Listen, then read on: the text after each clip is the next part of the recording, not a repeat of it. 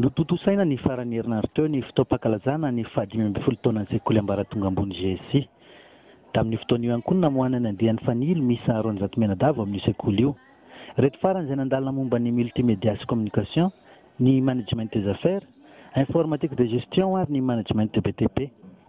Teo ambany fiahin'ny talepon-tantanan'ny La Gastropizza lanonana araka ny nambaran'ny talian'ny GSI.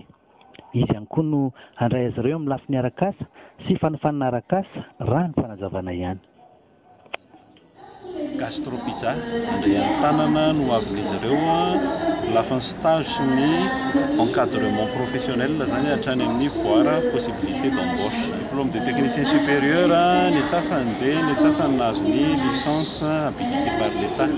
Surprise be androany satria ny ray pia zany ny eritreretina hoe amin'ny maray pia parrain fa kosaka efa nisy engagement avy hatrany hoe hiara asa université GSI ho partenaire de longue date zany ary andray an-tanana avy hatrany nreto ankizy sy miezaka zay moa zany ny teneny androvato parrain hatranyteriko an'ny ray aman-dreny sy mpianatra ihany hoe zay tena miezaka mianatra zany manome maximum dia raisin'ny groupe La Gastronomie Pizza zay hitantsika fa reconnu au niveau international amin'izao fotoana izao. Nandritra zay 12 taona zay zany dia l'université GSI double compétence daholo zany le formation ohatra hoe multimédia et communication zany hoe fusion filière anankiroa zany management de BTP